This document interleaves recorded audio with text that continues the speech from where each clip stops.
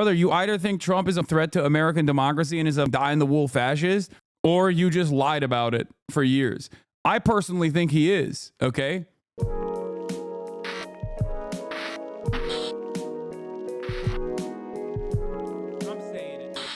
Anyway, we also got, let's do the cases being dropped real quick. We'll do some lib watch here. But all the Trump cases are getting thrown out because he's the God King now. But before we do that, here's Dan Bongino with a self-own. Why does everybody want to fight me all the time? Do I have a punchable face or something? On the air with breaking news about President-elect Donald Trump, the Justice Department Special Counsel Jack Smith just filed a motion to dismiss the federal criminal case against the president-elect over his efforts to overturn the 2020 election results. The news comes after NBC News learned the Justice Department had been planning to wind down its federal cases against Mr. Trump. It also comes as NBC News learned that Lamont Drake apparently donated to the ACP. Yeah, get the out of here. No, he didn't. But Drake is also not a good time to recognize or admit this, but he has been one of the most prominent artists out there that has actually openly been pro-Palestine early on. Smith and his team plan to resign. Ultra rare Drake W. Before Mr. Trump returns to the White House. We want to go straight to our justice and intelligence correspondent, Ken Delaney. And Ken, fill us in here. Lester, Special Counsel Jack Smith and his team have filed a sparse but historic document here asking Judge Tanya Chutkan to dismiss this case. And the grounds they gave is essentially that the Justice Department has always held historically that a sitting president can't be prosecuted or indicted, and that principle applies here. Let me just read a little bit from what. Now they won't even let Trump fire them. They're surrendering, and Trump takes a victory lap without suffering a bad news cycle. Yeah. And also, it literally confirms everything Trump has been saying. Like, there has never been a better moment to be a Trump supporter than this moment. Every single thing that he said about, like, these loser, cowardly Dems are coming after me, doing lawfare, you're basically admitting you don't have any interest in preserving the institutions or the rule of law if you're going to be like, well, I guess we can't do anything because you're the president now. That's it. Complete, utter, humiliating defeat for all of these institution defenders, these lovers of institutions. Once again, the damage that this will do, the damage that this will personally do, if the Democrats actually did care about preserving the integrity of these institutions, the damage that this act does to the validity and the legitimacy of those institutions are insurmountable. It's completely, just throw it away. It's like Joe Scarborough and Mika Brzezinski going down the Mar-a-Lago to kiss Trump's ring after 8 years of calling him a fascist. Then you didn't believe it at all. You didn't believe that he was a fascist at all. You were just lying. It's like when Democrats turn around and say, like, yeah, you know what? Immigrants are actually bad. We got to do the border ourselves after calling Republicans racist for 4, 5, 6, 7 years. Okay, I guess you admit it then. You're just a liar. You don't give a shit. You know? In light of this, what are your opinions on leftists voting third party this year and letting this guy do this damage? I understand why some leftists, but this is a bad precedent for Trump to set. If you think this is the fault of like random people who voted third party, who Kamala Harris lost by such wide margins that like their votes were inconsequential regardless, you are stupid, okay? There is no better way to put it. You are watching Democrats in key positions right now taking a knee and genuflecting to this fascist piece of shit. And you're still like, you know who's at fault here? Random third-party voters, actually, who, if they all voted for the Democrats, would have still not allowed the Democratic Party to win. Okay? What the f-? You cannot outflank the Democratic Party. You cannot make the assertion that these people are automatically in the tank for the Democratic Party, but are silly and selfish, and that's why they're not voting for the Democrats. This is an idiotic way to campaign, okay? That's not how this works. And what's happening right now is far, far, far more consequential. People need to cut this shit out, okay? Stop. Do you work for the DNC? Do you have pay stubs to show for it? Why are you defending their inadequacy for free on an independent outlet such as myself? Okay? You're coming to a community of leftists to be like, I am going to defend the $700,000 salary winning idiotic analysts and campaign staffers that literally openly consulted the Democratic Party to lose. I'm going to defend them and their integrity. It's like these guys are getting paid six figures. They melted $1 billion. They were $30 million in debt by the end of this campaign, and they lost. It's so dumb. Stop playing. Stop being a mark. Okay, please. I beg of you. Stop being a sucker.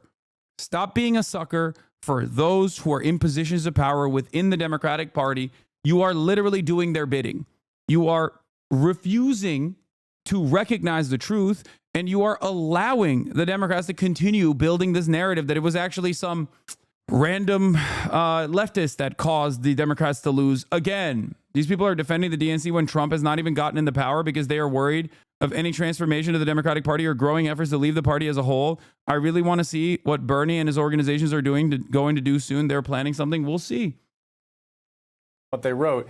They said that the department and the country have never faced the circumstance here where a federal indictment against a private citizen has been returned by a grand jury and a criminal prosecution is already underway when the defendant is elected president. Confronted with this unprecedented situation, the special counsel's office consulted with the department's Office of Legal Counsel. That's the group inside the DOJ that decides constitutional legal positions.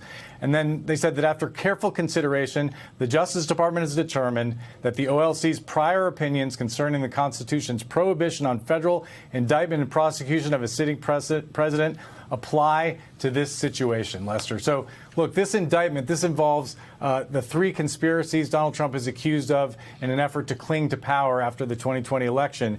And it marked an extraordinary moment in American history. This is the first ever accusation that a sitting president committed crimes in an effort to cling to power. The dismissal also marks an extraordinary moment.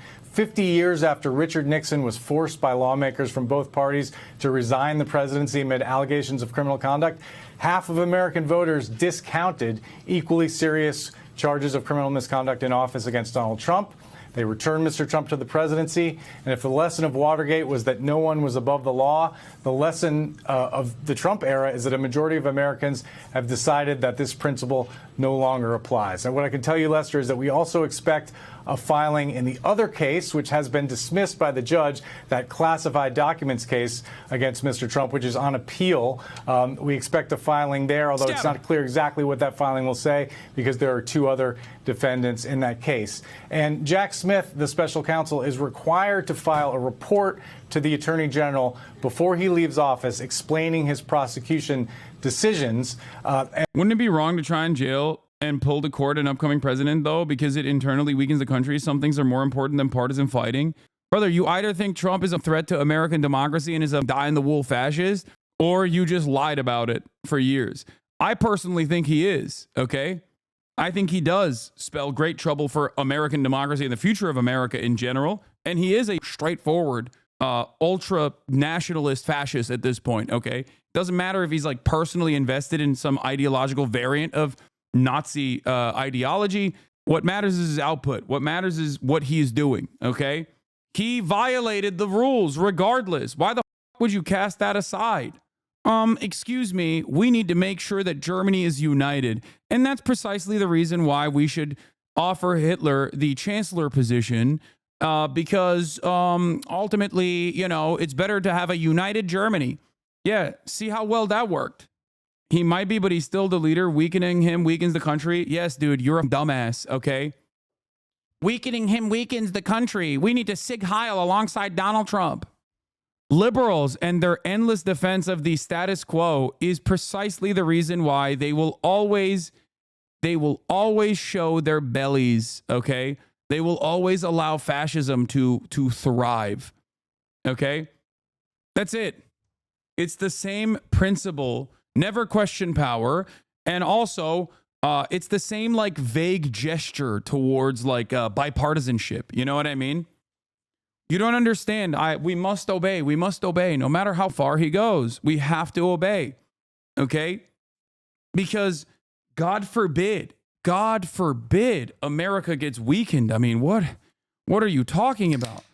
Yeah. Good luck. Good luck to you, charitable chinchilla, as Donald Trump sets up utilizing the military to mass deport 20 million people. This is part of the reason why I'm telling you, I have said time and time again that things are different this time around. Things are different. Nobody. What is this? Oh. Things are different this time around because liberals are not even doing the 2016 hashtag resistance shit.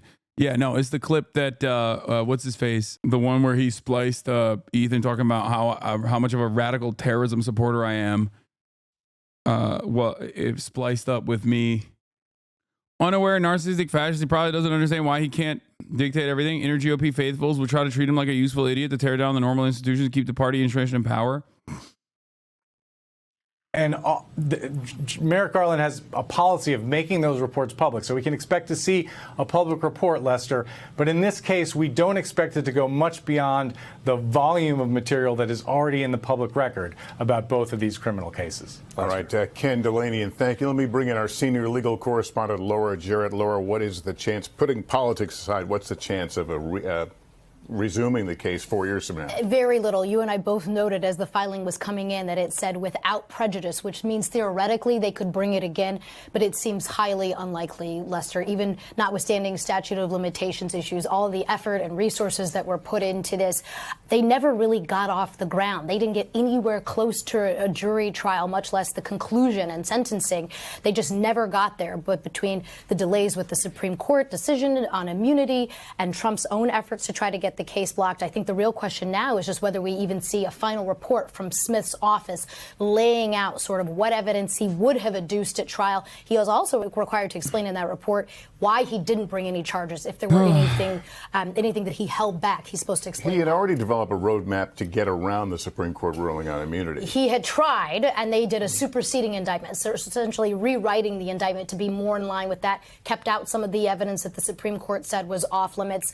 But even still, he was at the beginning stages of that. Trump was likely to appeal even that new indictment. And so it just really never got off the ground. So the facts didn't change. The evidence didn't change. The only thing to change is his status. Thanks for watching. Stay up. To politics now, in the new Trump cabinet ready for confirmation. The president-elect announced a series of top administration picks just over the weekend, including hedge fund manager Scott Bessent to be Treasury Secretary and Congresswoman Lori Chavez-DeRemer as Labor Secretary. Trump needed less than 3 weeks to pick his cabinet, but some of his more controversial picks may have trouble getting approved by the Senate. Nicole Killian is in West Palm Beach for us, covering the transition as she has been for days now. Nicole, good morning. Hey, good morning to you, Tony. Now that President-elect Trump has made most of his key picks, there are new calls for them to get FBI background checks. But overall, the public is giving him positive marks. As President-elect Donald Trump put the finishing touches on his cabinet choices this weekend, a new CBS News poll finds 59% of Americans approve of how he's handling the transition. We're going to have hearings early so we can get his team in place when he takes the oath of office on January 20th. The poll also shows many of Trump's designees have more support than opposition. That includes some of his more controversial picks, like Robert F. Kennedy Jr. for Health and Human Services, Tulsi Gabbard for Director of National Intelligence. There's a major disconnect with reality in this country. I can't. Everything is bad and only slated to get worse. Do you understand? Like, everything is bad and it's only going to get worse. And there is... I feel like there are not enough people that are actively speaking out against how insane things are getting. And only until people are staring down the actual ever-present danger of Trump's fascist, white nativist, anti-immigrant policies and how devastating that is for the lives of millions of Americans, will they turn around and go, oh man, we f***ed up. And at that point, it'll be far too late. Okay? Pete Hegseth for defense, although some voters say they still haven't heard enough. I'm a yes on Pete Hegseth. I'm a yes on Tulsi Gabbard. While some GOP senators say they'll vote for the picks, Democrats like Illinois' Tammy Duckworth raise concerns about a sexual assault allegation against Hegseth, which he has denied, and his comments that women shouldn't serve in combat. He's just flat out wrong. Our military could not go to war without the women who wear this uniform. She also called Gabbard, who at times has been seen as sympathetic to Russia and Syria, compromised. She is a true patriot of the United States, and there's no reason why the Democrats are going after her other than the fact they're upset that she left their woke party. Some lawmakers insist nominees must go through FBI background checks, but the Trump transition has not signed an agreement with the agency to start the vetting process. If they keep delaying on these background checks, we will have a delay in getting these cabinet officials in. I don't think the American public cares who does the background checks.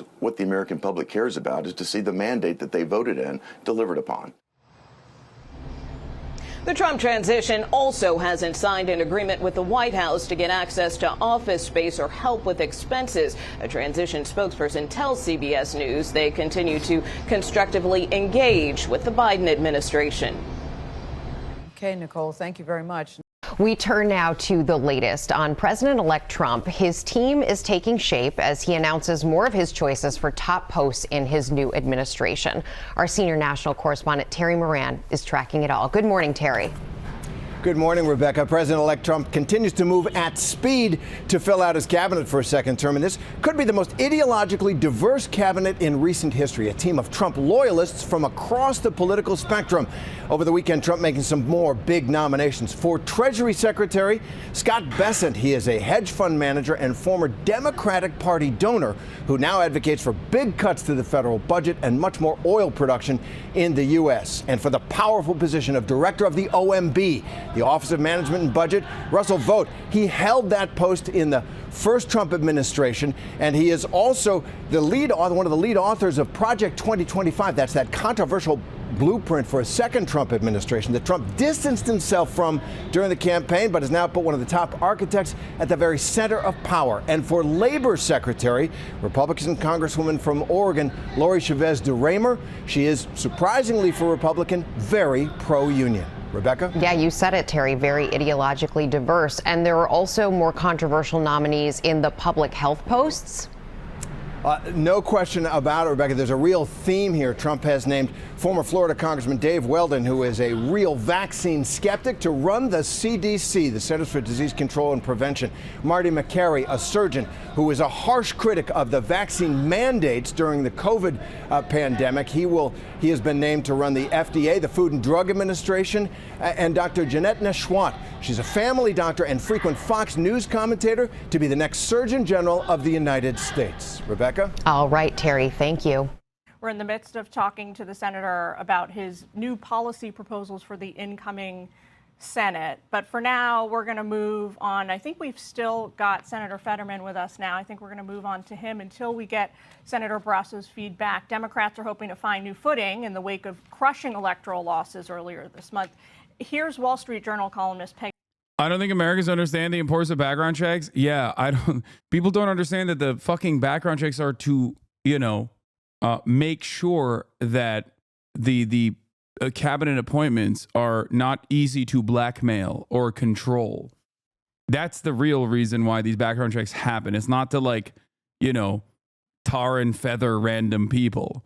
It's to ensure that these guys are not going to get any sort of foreign interference or anything like that, and they won't be blackmailed. You have to do this kind of due diligence if you do care about, I guess, at least having a competent cabinet. But Trump doesn't care about that at all. But then again, the reality of the matter is, I feel like we're in a new era. We're in a new era where I think it doesn't really matter. I mean, look at Pete Hegseth. Dude's a rapist. And people still are like, nah, that's my rapist, dog. I love him. He should be in charge of the Department of Defense. So I feel like maybe blackmail doesn't work if you're shameless. When there is no when I guess when the way that society analyzes, views these people as like when they say them as like when they see them as like fine individuals regardless of what they've done, I think maybe blackmail is inconsequential when there's no shame and no accountability whatsoever. Democrats' very real struggle right now. They ought to be thinking about the meaning of their party right now. That party had stood, I think, on 3 pillars. One, it was the party of the little guy. The other is that it was the party of anti-war. The other is it was the party of very generous spending. But the Trump... Oh, Peggy drunk by Noonan. That's funny. Republican Party has taken those issues, at least for now. So let's bring in Democratic Pennsylvania Senator John Fetterman. Sir, very excited to talk to you. Thank you for jumping in when Senator Barrasso's feed has gone down on short notice. Noonan there offers the perspective that the Trump GOP has sort of usurped some of the founding cornerstone pillars of the Democratic Party. Do you think she has a point? Yeah, well, one area where we kind of lost ourselves was the border. And I've been on this network, months ago saying, hey, it can't be controversial for our party to be pro-immigration, but we need a secure border. And when we ask or demand people to not believe what they see and see those kind of numbers, that's not. It's pretty funny that like this is the guy spearheading the right-wing shift of the party. The person that is the most effective communicator of the right-wing shift of the party is a guy who can't communicate at all. Just dumb as bricks. Just a straightforward ogre. Not a problem. It's like, well, the party is so cooked. Then you lose about that 100%. I've tried to describe you have up to 300,000 people encounters per month. And I put that in perspective with Pennsylvania. I'm like, that's the size of Pittsburgh showing up in 1 month. It's like, what's going to happen for those folks? If we want them, the American dream for those people, how can we possibly deliver that? Where do they go? And we can't pretend that that's not a significant issue, and we got to address that.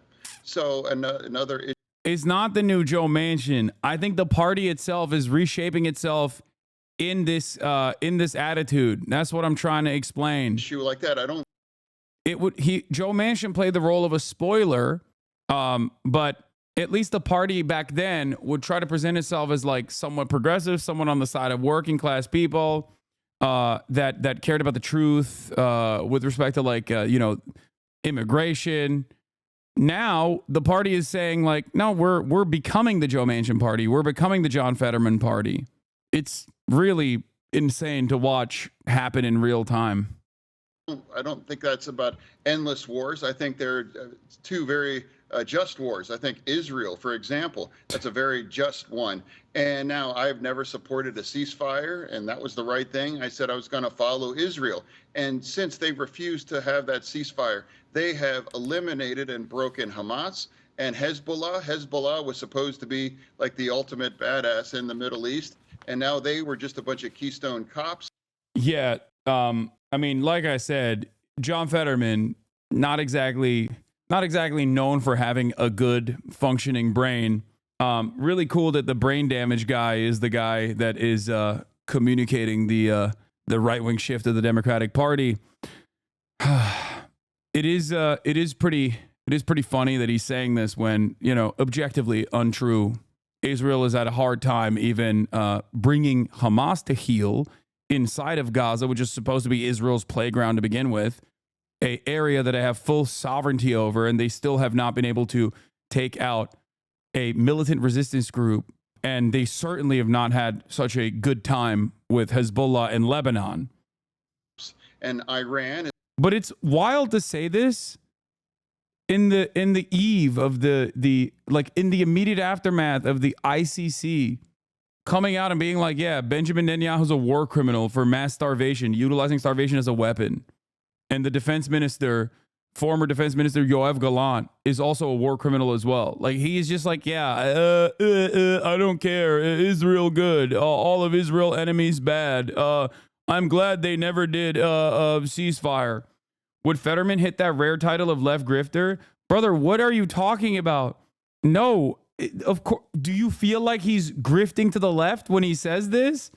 No, it's the exact opposite. It's people that claim that they're leftists that then turn right-wing immediately when they get power. Bro's one of the most right-wing senators out there in the Democratic Party. He got brain damage and immediately became a omega reactionary. Has been exposed as just, they really can't fight about anything. So that's been a significant development here. And now also I'd like to point out, Israel had blown up their nuclear weapons lab as part of that too. So, and with respects for Ukraine, Ukraine was invaded. And for me, it's about standing on the side of democracy. And I was very supportive about that aid. And I don't understand if the other side would now stop delivering that kind of aid. That's a disagreement, but I've been very, very clear supporting Israel. He ran a pretty progressive Democratic campaign. He ran a progressive campaign and immediately, it's like Richie Torres. He ran a progressive campaign and immediately swapped it. Like, so did Kyrsten Sinema. Didn't run a progressive campaign, but like became increasingly more centrist in the process, increasingly more right wing in the process. It's the endless grift of constantly grifting to the right. If he was a left-wing grifter, he would have, become more left-wing, I guess, despite not believing in it. Like, it's not a real thing. There is no real grifting to the left because there's no money on the left. There are people on the left, so you might present yourself as more progressive if you want to win an election, okay? Having said that, however, there is no money there. So there is no reason to just actually go further and further to the left once you actually win power. I think his brain damage because he was a progressive Democrat in 2016 when Bernie endorsed him for LT. He was shitting on moderate Dems, very unusual. Yeah, no, I think his situation is genuine. I don't even think he's a grifter. I think he just actively got brain damaged into becoming more conservative. Like that flip, especially for Israel, John Fetterman was always bad on Israel, okay? But not this bad, never this bad. And not only that, but also his wife is an undocumented immigrant, was an undocumented immigrant. He was always pro-immigrant, pro-gay, pro-weed, all this shit. He was definitely, there are times when he actually was in support of banning fracking, even though he's like the Western Pennsylvania ogre that looks like this. He went back and forth on fracking as well. Pro-gay weed, yeah. Israel and Ukraine. You have, sir. And while you're on the topic of Israel, your colleagues voted down this Bernie Sanders bill this week to stop supplying weapons to Israel. The new incoming administration is touting their foreign policy national security team as the most pro-Israel in modern history. Wondering if you agree with that. Yeah, no, I mean, it was a pleasure to vote a big no on all those threes with my colleague from Vermont. I don't understand why anybody would bring that to the floor, but hey, if they want to go down, 80, 18, 19, that's up to you. But in terms of the incoming administration, I actually like what I see in terms of being a very, very strong pro-Israel through that, and I fully support that through that too. And when the administration will change, my vote and voice won't change either. And that's going to follow Israel through that. And they have made a magnificent kinds of progress on the process of generating longer term peace by destroying Hamas, Hezbollah, and just demonstrating that Iran really, doesn't have the kind of capability to deliver any kinds of damage. You indicated, Senator, this week, at least it seemed to me, correct me if I'm wrong, that you're open to supporting two of Trump's cabinet nominees so far, Marco Rubio for Secretary of State and Dr. Mehmet Oz for the CDC. Dude, he's so visibly brain damaged. It's so funny. Fetterman literally endorsed a right-wing Z group threatening PA students. No, I'm telling you, dude. He just, I think it is legitimately brain damage.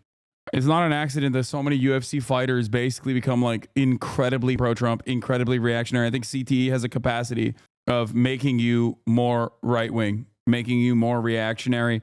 And I think his stroke basically bricked what remained of his brain, turned him into like a full tilt right-wing guy. Is there anybody else on his cabinet list that you think you might get behind? And then on the other side, is there anyone on your sort of over my dead body list?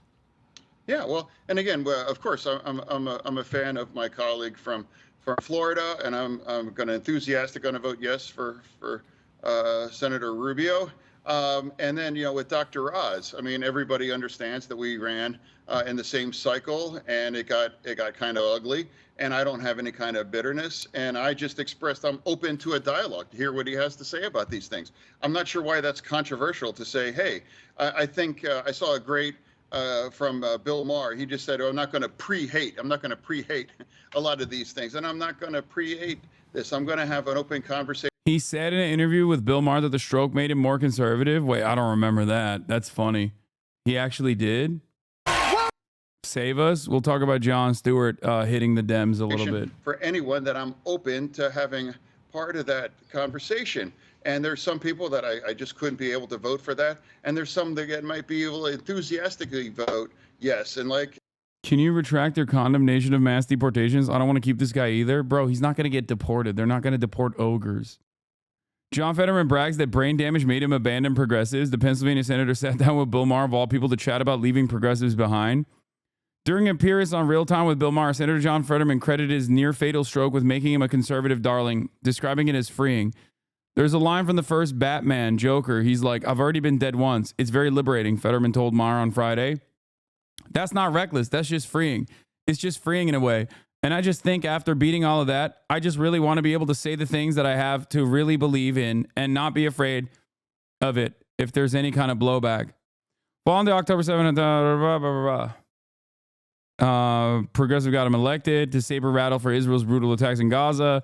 His stance has largely been antagonistic, trolling protesters, rallying for a ceasefire by waving an Israeli flag over them, laughing at military veterans getting arrested, protesting for a ceasefire, and castigating the United States for abstaining from ceasefire resolution instead of voting against it. He has described student encampment protests as pup tents for Hamas and spread debunked propaganda denigrating pro-Palestine demonstrations in Philadelphia. Since adopting an aggressively pro-Israel stance, Fetterman has also backed harsher border policies, a curious stance given that he used to point to his wife's undocumented status as a child to tout his progressive bona fides. Bona fides. What? Some ranchers shot them? I just had 2 Mexican family members get shot on a hunting trip in Arizona. This is literally just the beginning. Cops are investigating, but they aren't going to do shit. Wait, what? The fuck? That's insane, dude. Speech therapist here. I work with TBI patients all the time, and their critical reasoning skills significantly decline, and at least the reactionary sentiment.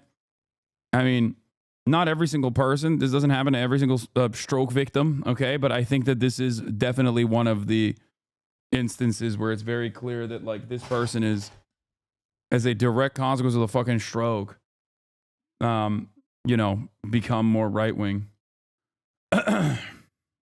Need a counterstroke to turn him back? Nah, it's over. Do we not think it was all the AIPAC money? I think the AIPAC money was the AIPAC money, or the fears that he might be, he might have been cast aside before the primary if he was to have such a strong stance against Israel, was maybe some of the reasons why he was primed to be positioned for Israel. Having said that, however, I think that he went full tilt, like insane, because that doesn't account for like why he's right wing on the border. You know what I mean? My Senator Rubio or Stefanik, or actually there's that fantastic a labor nominee as well too. In fact, a Democratic colleague from the House just texted me and saying, "Hey, I think she's really strong, and I think that's a great candidate." So I think there's good things there, and there's some things that I can't vote for. But oh, shut the fuck up.